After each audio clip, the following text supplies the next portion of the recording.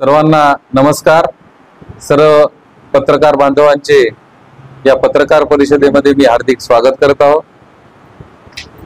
आज विशेष करून ही पत्रकार परिषद बोलवण्याचं कारण म्हणजे आपल्या सर्वांनाच माहित आहे, परवा स्वातंत्र्य दिन आहे आणि एक इतिहास आपल्या देशाचे लाडके पंतप्रधान नरेंद्रजी मोदी साहेब यांच्या माध्यमातून घडत आहे।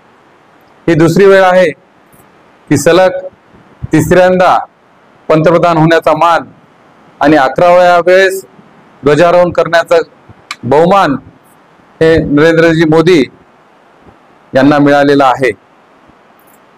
पुढच्या महिन्यामध्ये 17 सप्टेंबर रोजी त्यांचा जन्मदिवस आहे आणि याचे औचित्य साधून आम्ही एक निबंध स्पर्धा आयोजित केलेली आहे। ही निबंध स्पर्धा राज्यस्तरीय निबंध स्पर्धा असेल। या निबंध स्पर्धेचा विषय आहे पंतप्रधान नरेंद्रजी मोदी काल, आज आणि उद्या त्यांची पूर्तता आणि अपेक्षा। ही स्पर्धा ठेवण्याचा मागचा उद्देश हेच आहे की देशातील युवकांकडून नरेंद्रजी मोदी साहेब यांनी केलेला मागच्या भागातील विकास असेल, त्यांच्या अपेक्षा पूर्ण झाल्या की नाही या बाबतीत आणि येणाऱ्या काळामध्ये त्यांच्या काही सूचना असतील।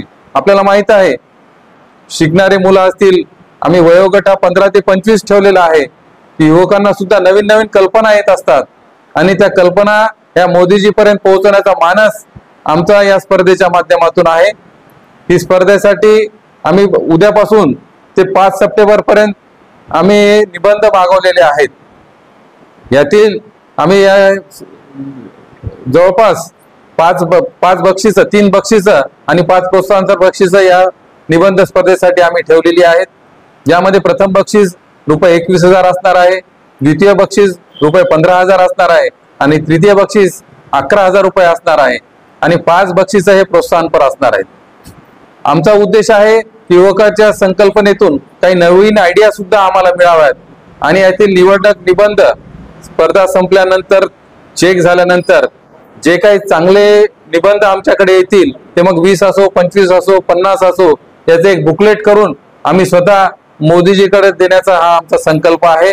नरेंद्रजी मोदी यांच्याकडे पर्यंत आम्ही हे निबंध पोहोचवणार आहेत। अशी ही निबंध स्पर्धा आम्ही आयोजित केलेली आहे।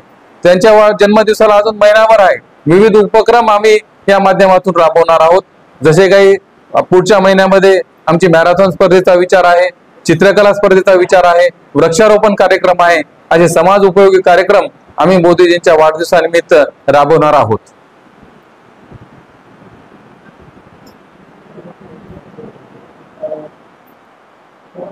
सध्या विधानसभा निवडणूक लागलेली आहे, या संदर्भात काय सांगता? विधानसभेची निवडणूक सर्वांनाच माहिती आहे, जवळ येऊन ठेपलेली आहे। सर्व पक्ष तयारीला लागलेले आहेत। भारतीय जनता पक्ष सुद्धा या तयारीला लागलेला आहे।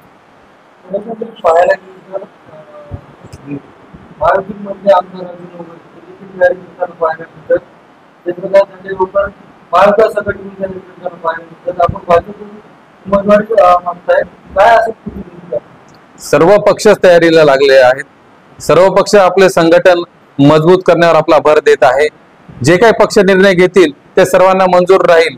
भारतीय जनता पक्ष सुद्धा ताकदीने ही जागा मागत आहे। आमचं संघटन या वसमत विधानसभेमध्ये फार चांगल्या रीतीने आहे, त्यामुळे आम्ही ही भारतीय जनता पार्टी येणाऱ्या निवडणुकीमध्ये भारतीय जनता पक्षाने ही जागा लढवावी हे सर्व आमच्या कार्यकर्त्याची मागणी आहे। हे बघा, भारतीय जनता पक्ष असा विधानसभेची निवडणूक आली म्हणून तयारी करत नसतो। सतत 5 वर्ष आमचं कार्य चालू असते। संघटन बांधणी ही आमची सतत चालू असते। पक्षाने मागच्या महिन्यामध्ये मला बूथ संयोजकाची जबाबदारी दिली। त्यानंतर जवळपास 136 गावामध्ये माझा आतापर्यंत प्रवास झालेला आहे। गाव भेटी झालेल्या आहेत। तिथल्या बूथ प्रमुखाला भेटून तिथल्या अडचणी समजून घेतलेल्या आहेत। गावकऱ्याच्या समस्या जाणून घेतलेल्या आहेत।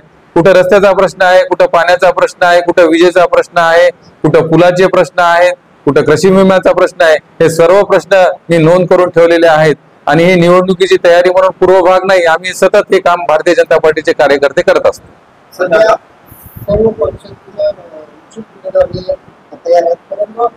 महाविकास आघाडी आणि महायुती याच्यामध्ये विधानसभेची लढत तर आपल्याही महायुतीमध्ये मित्र पक्षाचे चालू आमदार आहेत, तर त्यांना तिकीट भेटण्यात आलं नाही.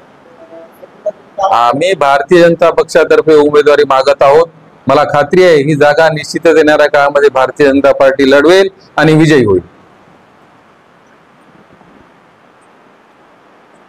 तुम्ही सध्या गावागावात फिरत आहात, कसा रिस्पॉन्स आहे? कारण तुम्ही बोललात की शेड्यूल संख्येने भाजपमध्ये नवीन प्रवेश करत आहेत, त्याबद्दल काय? भारतीय जनता पार्टीला फार चांगला रिस्पॉन्स ग्रामीण पातळीवरून आहे. खूप युवकांची आता इच्छा आहे की मागच्या वेळेस जे खोट्या नरेटिव्हला बळी पडले होते, मागच्या वेळेस आपण पाहिलं असेल लोकसभेची निवडणूक, विरोधकांनी फक्त खोटा नरेटिव्ह सेट केला आणि त्याला काही प्रमाणात आमची जनता मात्र त्याला काय म्हणता येईल आपल्याला भारल्या गेली आणि आम्ही त्यामध्ये कमी पडलो. पण आता तसं काही परिस्थिती खाली राहिलेली नाही. जनतेचा खूप मोठा प्रतिसाद चांगला आम्हाला मिळत आहे. मग ते महाराष्ट्र शासनाने आणलेल्या योजना असतील, लाडकी बहीण योजना असेल, लाडका भाऊ योजना असेल, मुख्यमंत्री तीर्थदर्शन योजना असेल, खूप नागरिकांनी त्यात नोंदणी सुद्धा केलेली आहे, महिलांनी नोंदणी केलेली आहे आणि यामध्ये निश्चितच वातावरण हे महायुतीसाठी खूप चांगलं झालेलं आहे.